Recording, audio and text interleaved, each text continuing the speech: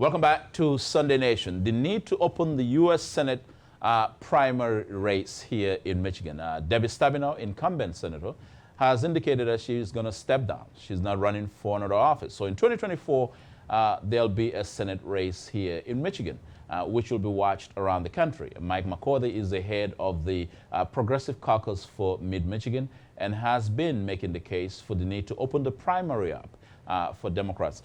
Mike, thanks for being here. Oh, thank you for having me, Bankole. So let's begin. You're saying that there's a need to open this up. The Democratic primary needs to be open. There has to be competition. Absolutely. Right now we have Senator Stabenow and Chuck Schumer having openly said that they're basically trying to narrow the field to only one candidate. You know, we have 10 million people in Michigan, and you know the Democratic Party is a big party. It's a big tent, and there's a lot of us with different opinions. We don't all agree, and I believe we need choices. So, and you know, Congressman Elissa Slotkin has indicated she's running, correct? Sure, absolutely, yes. And you know, some are saying, well, she probably could be, this is hers to lose. Do you think that it's even unfair that we should not even have that conversation? Absolutely. And at this point, I mean, honestly, she's my representative. Oh, I come from a conservative district. Okay. So she's a good fit for my district. Right. You know, a good compromise, basically, for Democrats. Right. You know, but we have to be asking the question, you know, can we even rely on her as a Senate vote? Senate votes are so important. We all know that important policies hinge on single votes in the Senate. Yeah. And we have somebody who's shown a willingness to vote against the Democratic Party on key issues. So, you know, from security clearance for people who've consumed cannabis to debt reform for student loan debts, she's voted against almost the entirety of the Democratic caucus. So we should absolutely be widening the field, seeing what our options are. Did you look at her voting record? I have, yes.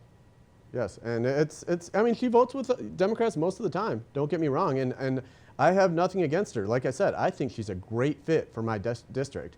But what's happened is, within the first days of her representing this brand new district, she's already running a new campaign, you know? So good on her for ambition, but also we deserve choices. We shouldn't be inaugurating her. The elites should not be picking our candidates, right?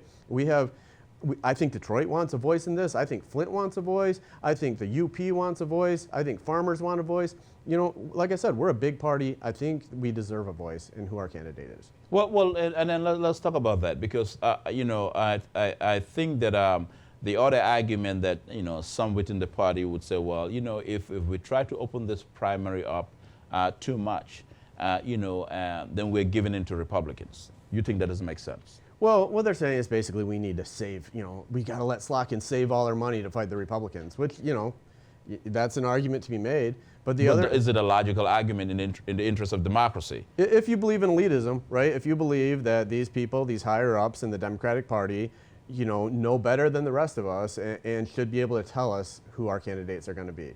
If we believe in democracy, if we believe that we the people should have a choice in all of this, right? Then we deserve a primary. And, you know, frankly, I believe there could be better candidates than Slotkin out there. And I believe they're being discouraged. I know they're actively being discouraged to run. I mean, we've been told, you know, Senator Stabenow, you know, God bless her, but she has told us that she is trying to clear the field. You know, Chuck Schumer is trying to clear the field. We know this. And that should not be how democracy works. Do you think that if Slotkin were to be, if she gets primaried, you think she will lose the primary? It's possible. We won't know until we have that primary, right? I think, honestly, you know, Michigan voted for Bernie, you know, so... I remember the March 8th primary, 2016.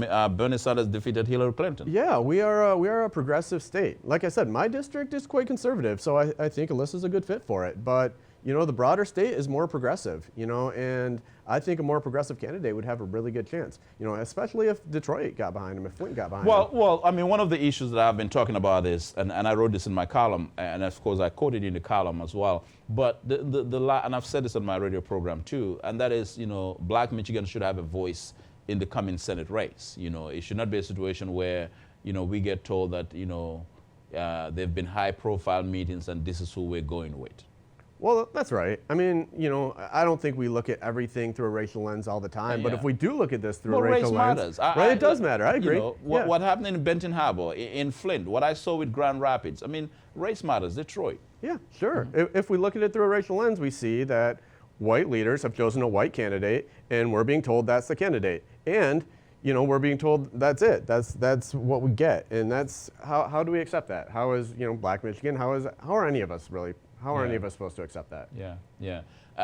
Are you worried, though, that if, you know, and we're not there yet, if let's say Slot King were to get the nomination, and it's a big if, that in fact it could divide the party, because you're out there, and some folks are out there saying that we need an open primary.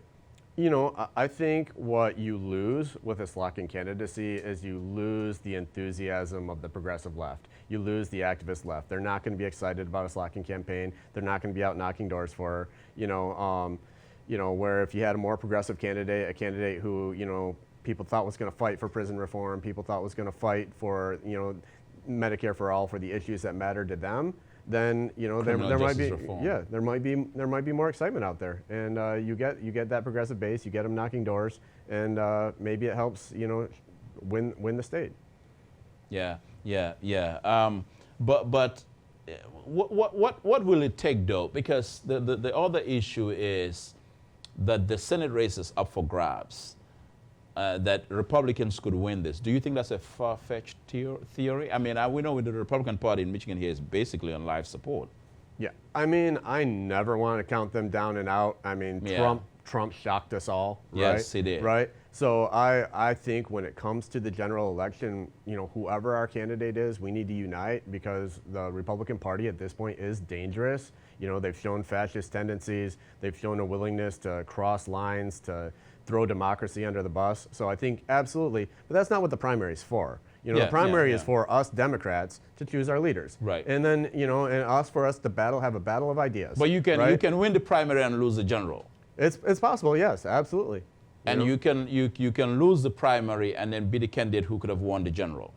That's true. But we need to have a battle of ideas so we can put the best candidate forward. You know, the best candidate who's going to unite Michigan, who's going to have the best ideas. Think about this. Senator Stabenow, she's been representing us for almost a quarter century.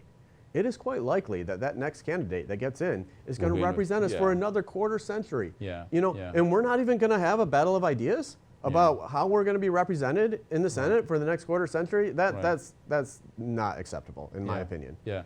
I want to talk about somebody I mean, you're not on the campaign, but you're supporting him if he possibly runs, and that's Hill Harper, the African-American actor. Let's talk about why you think Hill Harper would be a good choice.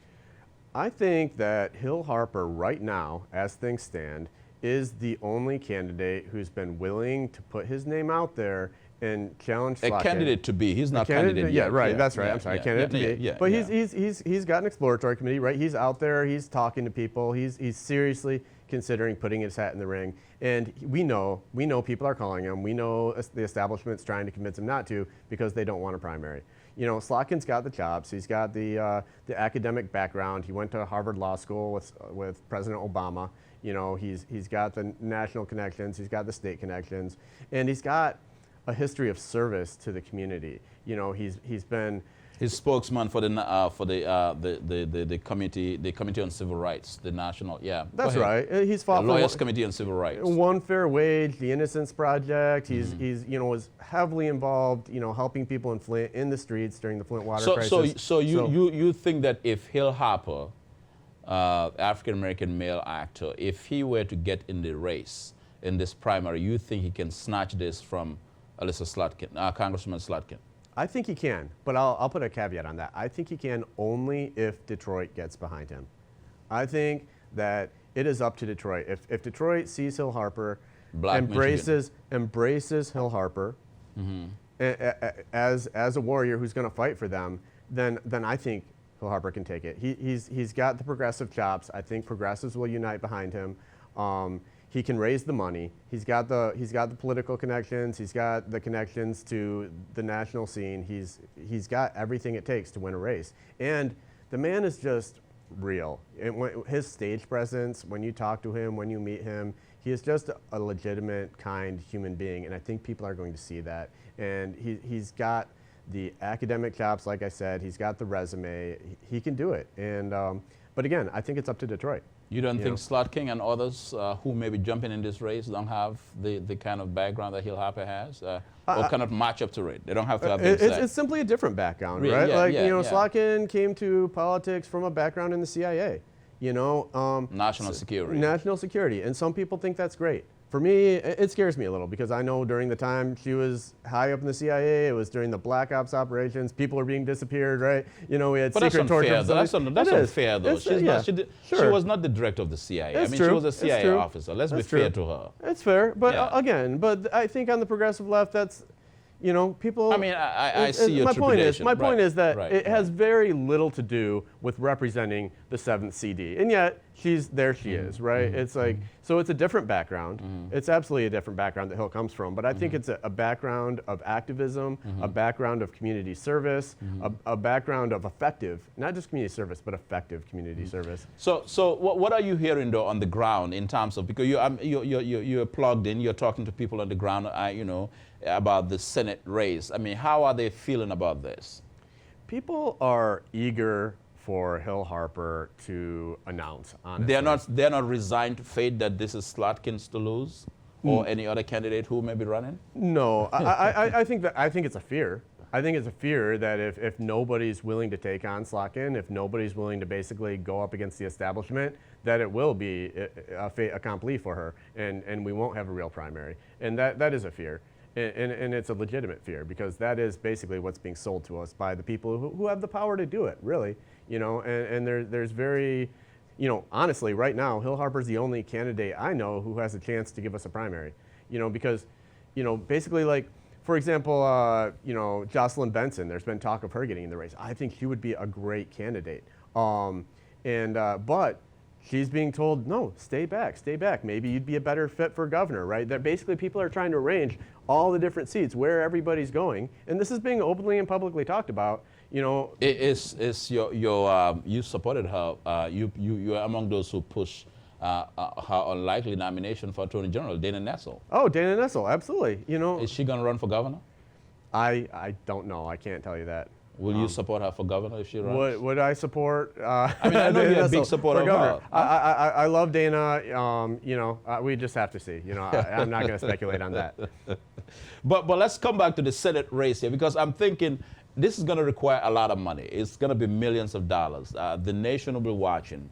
Republicans will feel like they have a final shot here after acting like, you know, little kids with all their political tantrums the last election. They may want to get their act together for this Senate race and say, this is our chance to act like adults in the room. Now, I don't see it. That's just me talking. But it's going to require a lot of resources here. And what if a Slot King or any other candidate who gets in the race say, well, I can bring money instantly, but you're saying that Hill Harper can match that? I believe that Hill Harper can raise funds. He believes he can raise $20 million for the primary. And is that what it will take? To fight Alyssa Slotkin, it could take it. That's, you know, that's the kind of money she can raise, and that's the kind of money that the primary may take. Has Slotkin reached out to you? She has not. But again, you know, like I said, she is my representative, and I respect her, and I think she is a good fit for our district. But again, I just wish she would stay and serve our district. You know, she moved to our district to run for our district. And then, you know, like I said, I think it was day 4 of her, you know, she's already launched a Senate campaign. So finally, you think it's a mistake if Democrats are not willing to do a primary here? Absolutely. I think it's a huge mistake, you know. And honestly, I think if they were to try to not have a primary, I think it's a mistake to try to anoint a conservative Democrat. I think the state's too progressive for that. I think if the party was going to try to anoint someone much more progressive would be ideal, but at the end of the day, we do need a primary no matter what. We need a battle of ideas.